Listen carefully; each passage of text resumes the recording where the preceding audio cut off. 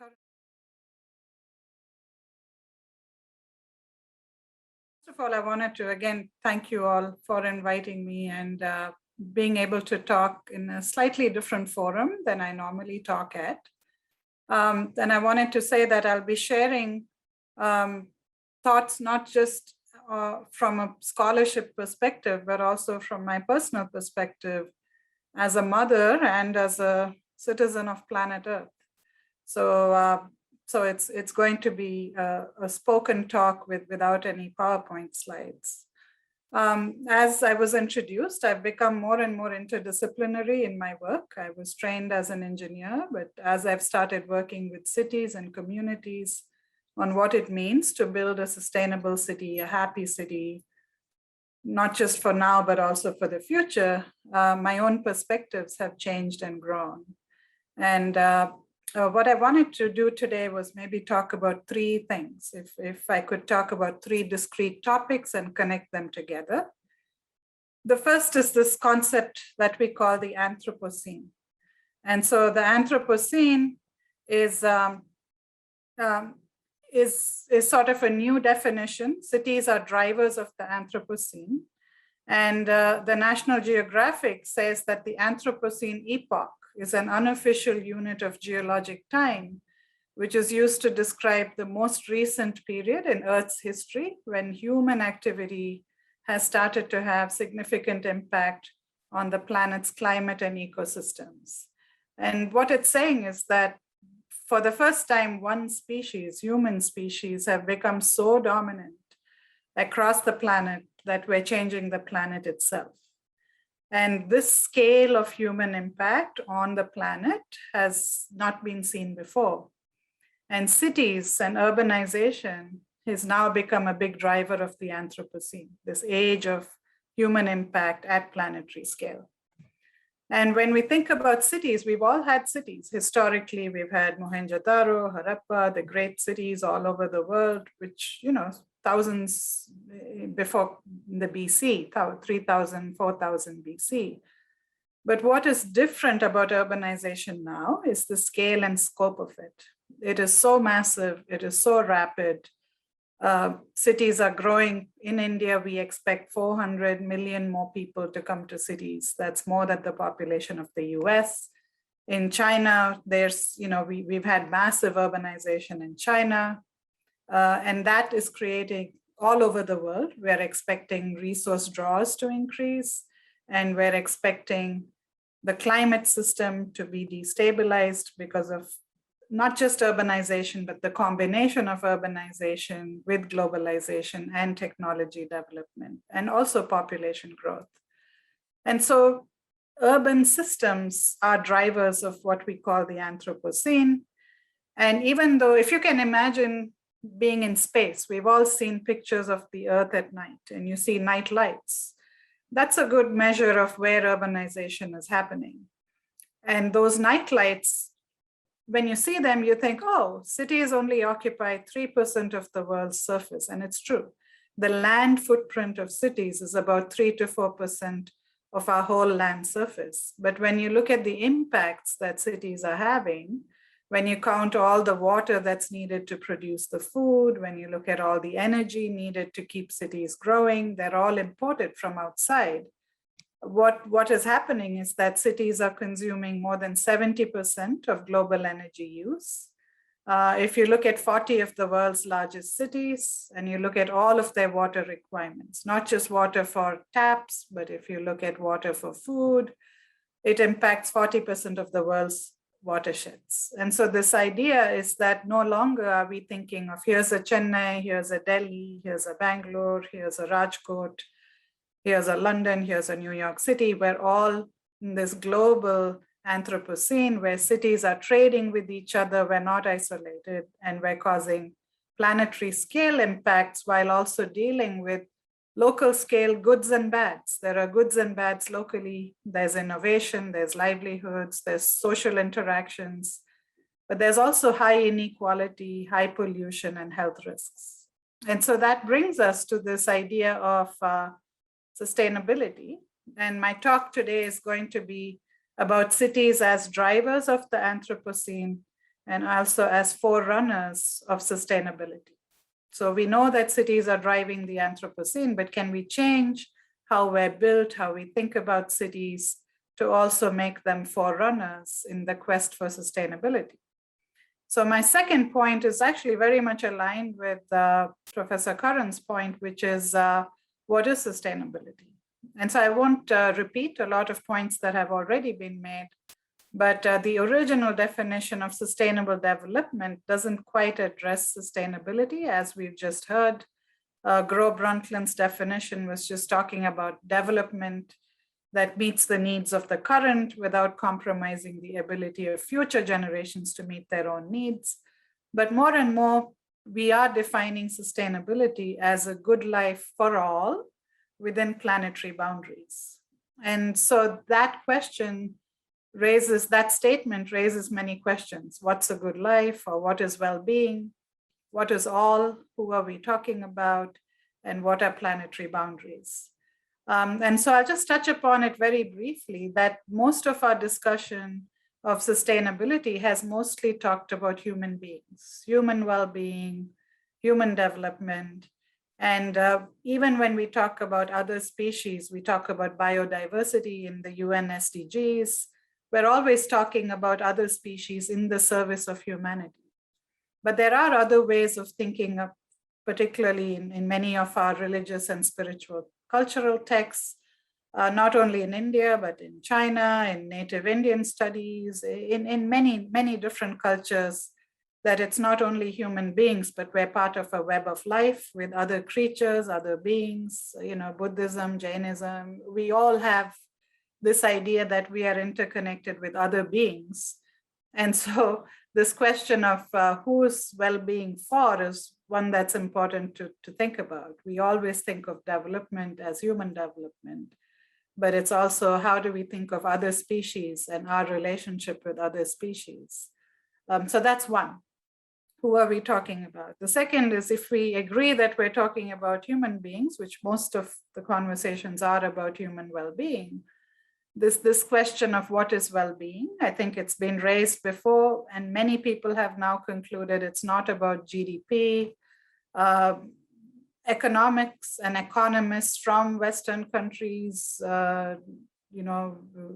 Eastern countries, I think these divisions are somewhat artificial. Economists led by work by Amartya Sen have talked about the importance of being well and doing well. And so being is just being able to be alive, being able to have basic needs, but doing well requires agency, freedom, autonomy. We talked about it in the previous lecture, to do the things you value doing. And so a lot of changes are happening in how we measure well-being. There are surveys now that talk about subjective well-being, and our particular interest is in looking at three aspects of subjective well-being: how people think about their lives, how people feel on a day-to-day basis, whether they feel in balance, more positive emotions, pleasant emotions. We talked about happiness, what that means. And the third is how worthwhile the things you're doing are to you. How meaningful are they? So it's not just that we're happy, but also there's a meaningfulness in life. And so it's very interesting that in our interdisciplinary work on sustainability, what we're now exploring is, can we think of sustainability in this broader context of well-being for all within planetary boundaries, and think about how cities can be designed, not just physically, but also to create social spaces and social interactions that serve local and global needs. And so I'll talk a little bit about well-being for all. So we talked about well-being in the context of being well. So being well requires being alive. And so statistics like life expectancy, under 5 mortality, those are important. And we can also talk about for whom we want to be well. Is it current generations, future generations? How are we addressing inequality? In cities all over the world, there are high levels of inequality. not just in India, in the US, in Europe, all over the world, there's inequality by class, there's inequality by different castes, races, it's there. And so how we think and talk about inequality, even in the basic provisioning systems, as well as agency to be who we want to be, becomes really important even today. So in other words, it's not only well-being for future generations, it's also well-being across unequal parts of society. How can we create well-being for all today and in the future? So with that as a framing, a lot of my work is in cities. How can we think about cities as a locus of change to create this well-being for all within planetary boundaries?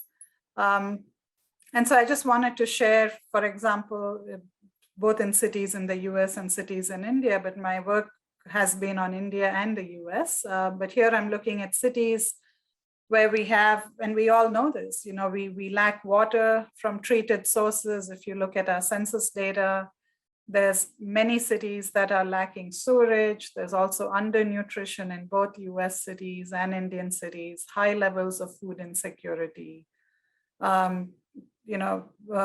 Heat island effects that are making our cities so warm. We've all experienced it in the past summer. And there's also a need for quiet spaces, for public spaces, green spaces, for the other aspects of living well. So it's not just the food, water, energy, but also places to meet each other safely. Women and safety in cities is important.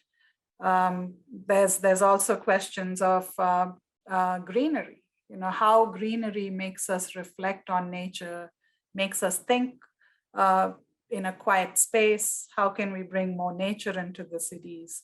So these are the sorts of questions that I work on with cities. How can we build cities, not only just from a physical standpoint, but the intersection of the physical environment with social environments and societal goals around health, well-being, and planetary boundary questions like climate change, greenhouse gas emissions, and also air pollution. Air pollution is now the largest cause for premature mortality.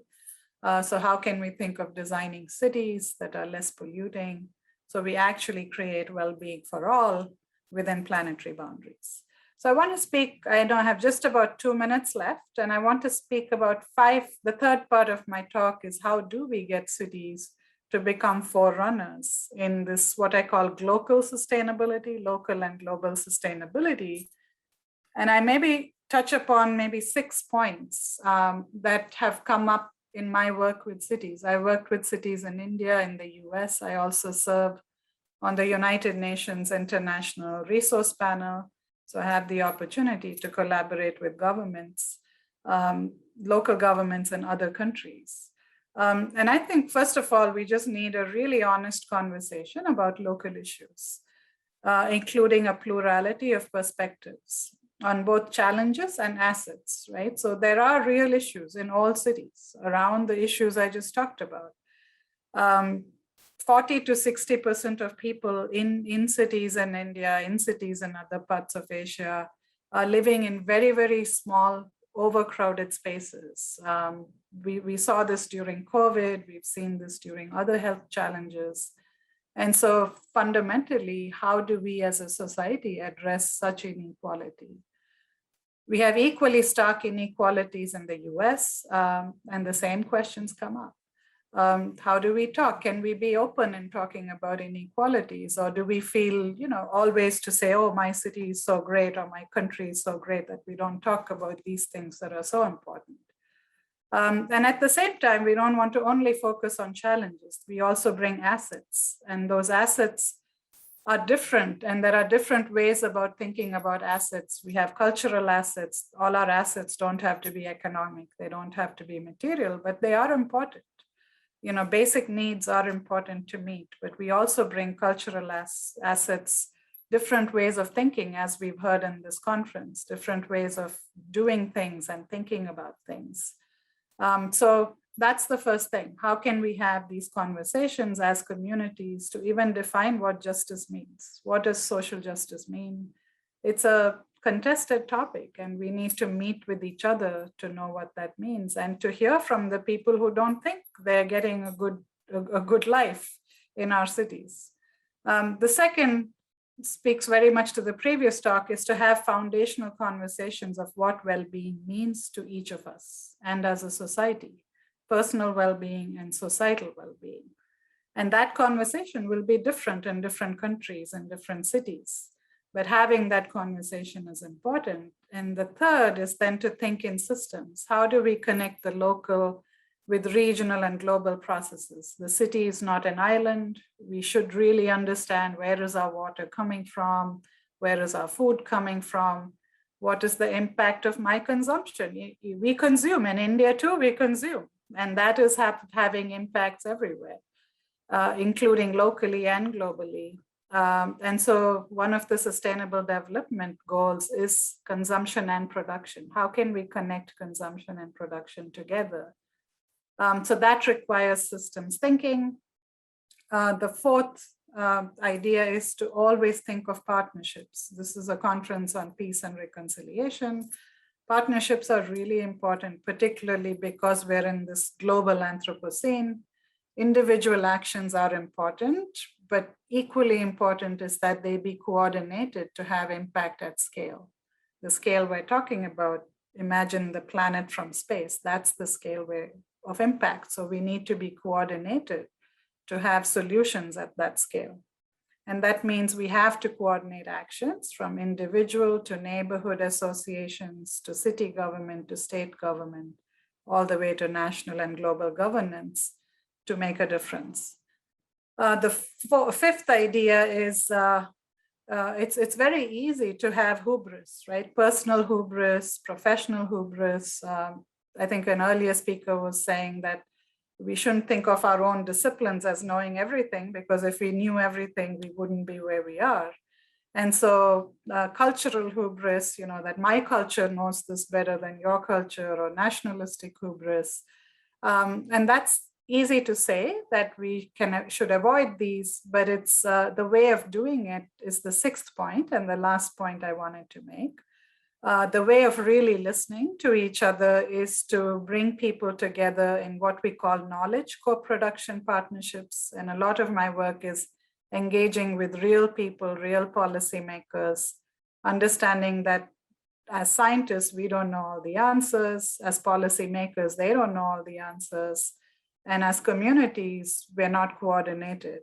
And so when we bring people together to solve complex challenges, the act of being there to co-produce knowledge helps us put away some of these hubris ideas and work together to actually coordinate actions. And so I've been really humbled by a lot of the cities that I've worked with and inspired by them, because there's so much energy in a room with so many stakeholders talking about how to bring change to make cities healthier, more livable, and also places that promote well-being within planetary boundaries. So I'll stop with those 6 ideas for the future.